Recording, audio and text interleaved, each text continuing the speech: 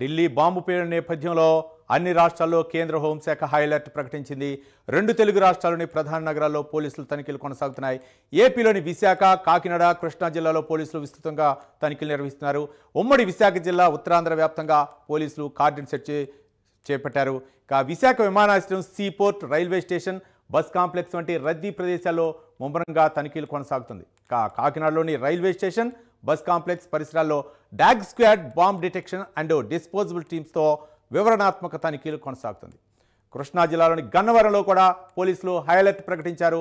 Gandhi pump సెంటర్లోని hotels, బస్టాండ్లు, పలు ప్రదేశాల్లో కూడా తనిఖీలు చేస్తున్నారు. ముఖ్యంగా కృష్ణా జిల్లాలో ఒక బాంబు తనిఖీలు ఏ విధంగా కొనసాగిస్తున్నారు, మరోపక్క వాహనాలను కూడా తనిఖీ చేస్తున్నారు. దీనిపై మరింత సమాచారం విజయవాడ నుంచి మా ప్రతినిధి రాజ్ కుమార్ మరిన్ని వివరాలను అడిగి తెలుసుకుందాం. రాజ్ కుమార్, చెప్పండి, ఢిల్లీ బాంబు పేలుళ్ల నేపథ్యంలో కృష్ణా జిల్లాలో ఏ విధంగా తనిఖీలు కొనసాగుతున్నాయి, ముఖ్యంగా విజయవాడ పరిసర ప్రాంతాల్లో పోలీసులు తనిఖీలు ఏ విధంగా కొనసాగుతున్నాయి? రాజ్ కుమార్.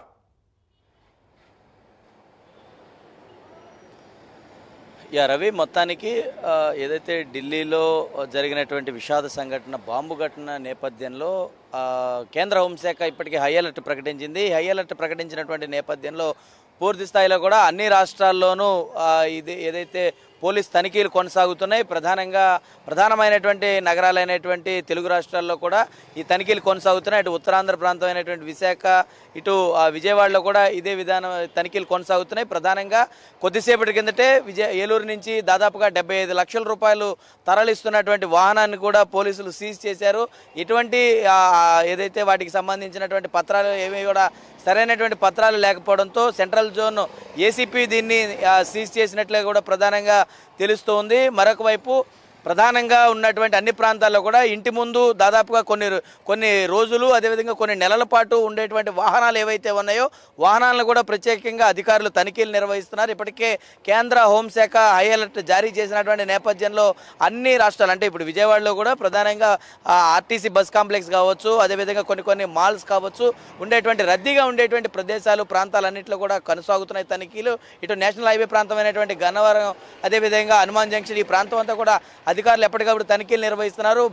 రెగ్యులర్గా ఉండేటువంటి చెక్ పాయింట్స్ ఏర్పాటు చేశారు. పాయింట్స్ అన్నింటి నుంచి కూడా ఒక సర్కిల్ ఇన్స్పెక్టర్ నేతృత్వంలో ప్రధానంగా ఆ చెక్ పాయింట్స్లో ప్రధానంగా తనిఖీలు జరుగుతూ ఉన్నాయి. ఎందుకంటే ఊహించినటువంటి విధంగా బాంబు పేలుడు ఘటన ఏదైతే దేశవ్యాప్తంగా మరొకసారి సంచలనం సృష్టించింది.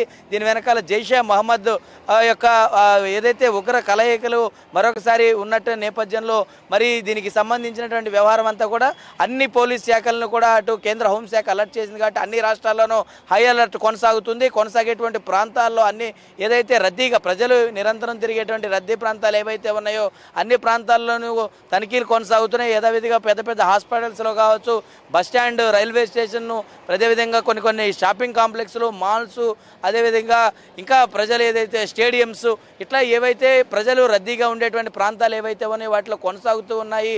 ఇటు కృష్ణా ఎన్టీఆర్ జిల్లా వ్యాప్తంగా కూడా పూర్తిగా కూడా ఈ తనిఖీలు కొనసాగుతున్నాయి. ఆల్రెడీ బందర్ పోర్టుకు సంబంధించినటువంటి దాంట్లో కూడా కొంత తనిఖీలు చేసినటువంటి నేపథ్యంలో ఎక్కడ కూడా ఇలాంటివి ఏమి లేవు. కాబట్టి యథావిధిగా పనులైనా కొనసాగుతాయి. కానీ నిఘా వర్గాలు మాత్రం ఎప్పటికప్పుడు అప్రమత్తంగానే ఉండాలని ఇప్పటికే రాష్ట్ర డీజీపీ హరీష్ కుమార్ గుప్తా చాలా స్పష్టంగా తెలియజేసినటువంటి నేపథ్యంలో అన్ని వాటిపైన కూడా ఇప్పటికే చర్యలు కొనసాగుతూ ఉన్నాయి. ఎప్పటికప్పుడు అక్కడ జరిగేటువంటి వాస్తవ పరిస్థితులు తెలుసుకుంటూ ఉన్నారు. ఈ ఉగ్ర కదలికలు ఎక్కడి నుంచి మొదలయ్యి ఎక్కడెక్కడ వరకు ఉంటాయో ఎవరికి కూడా తెలియదు. కాబట్టి అన్ని రాష్ట్రాల్లోనూ ఇప్పటికే ఎన్ఐఏ సోదాలు కూడా కొనసాగుతూ ఉన్నాయి.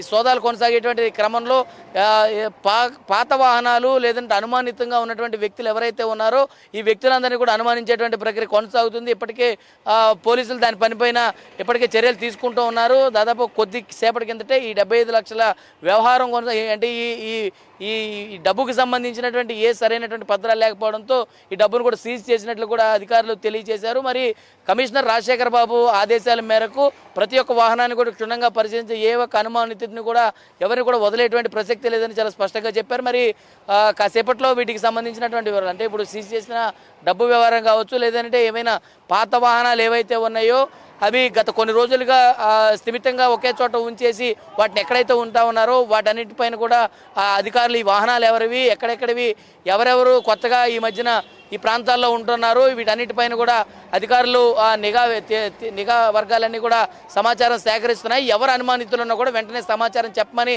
చాలా స్పష్టంగా చెప్పారు. కాబట్టి మరి నేపథ్యంలో ఏం జరగబోతా ఉంది, ఈ కదలికలకు సంబంధించి ఏం చేయబోతున్నారు అనేది కూడా వేచి చూడాల్సినటువంటి అంశంగానే ఉంది. Ravi. Right, thank you Raj Kumar.